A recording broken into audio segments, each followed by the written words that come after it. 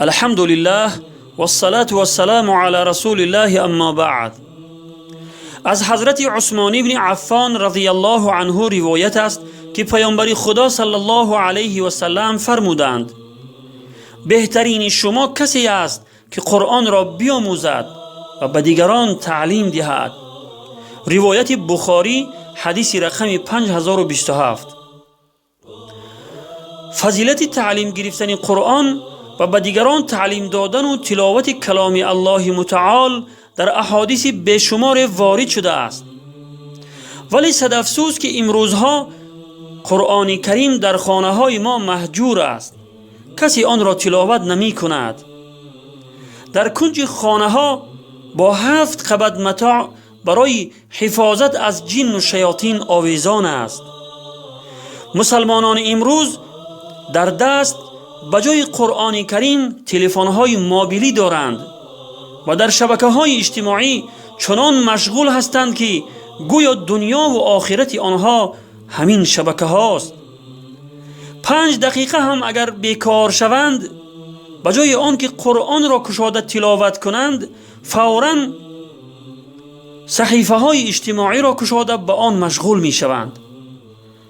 برادران و خواهران عزیز، قرآن را بیاموزید و وقتهای فراغت خود را به تلاوت قرآن سپری کنید، چون که چطوری که در احادیث وارد شده است، برای تلاوت هر حرف از قرآن عظیم الشأن برای انسان مسلمان از 1 تا 10 حسنات داده می شود و روز قیامت صاحبش را شفاعت می کند.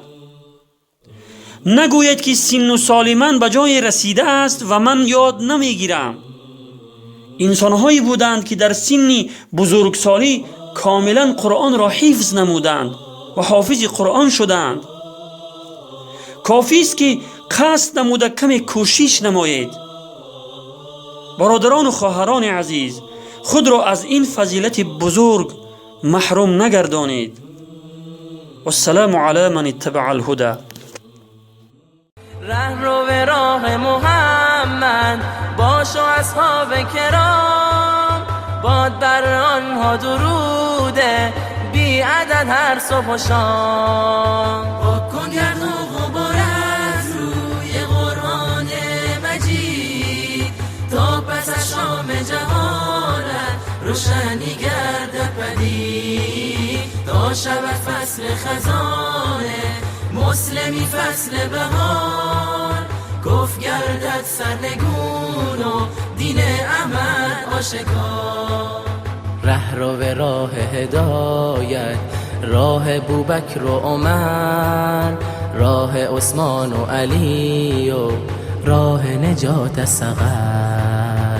ره رو به راه زیایی، شیر مرد راه دین، اسوه اخلاص و همت، اسوه علم و یقین.